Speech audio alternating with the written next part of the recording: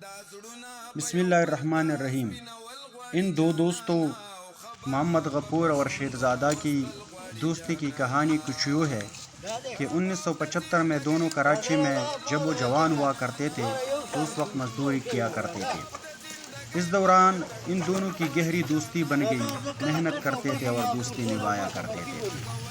لیکن اس کے بعد چند ہی مہینوں بعد شیرزادہ اپنے آبائی علاقے سوات واپس آ گئے اور پھر کبھی کراچی پلٹ کر نہ گئے، جبکہ محمد غفور نے بما اہل و عیال کراچی ہی میں سکونت اختیار کری۔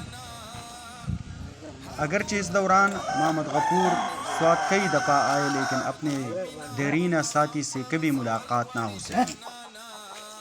اب جب اشروں بعد محمد غفور صاحب اسی حالت میں سوات گئے تو اس پر اپنے پرانے دوست سے ملنے کی دھن سوار ہوئی، اور یوں آج تقریباً 47-48 سال بعد ان دو دوستوں کی اس حالت میں ملاقات ہوئی کہ دونوں جب جوانی میں بچھڑے ہوئے تھے اور اب وہ دونوں بھی ساکیوں کے ذریعے حرکت کرتے تھے اور چلتے پھر رہے تھے۔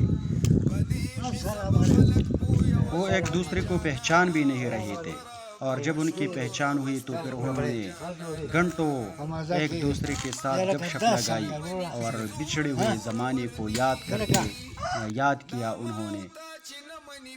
ہم ان کی اچھی صحت اور لمبی زندگی کے لیے دعا گو ہے۔ شکریہ۔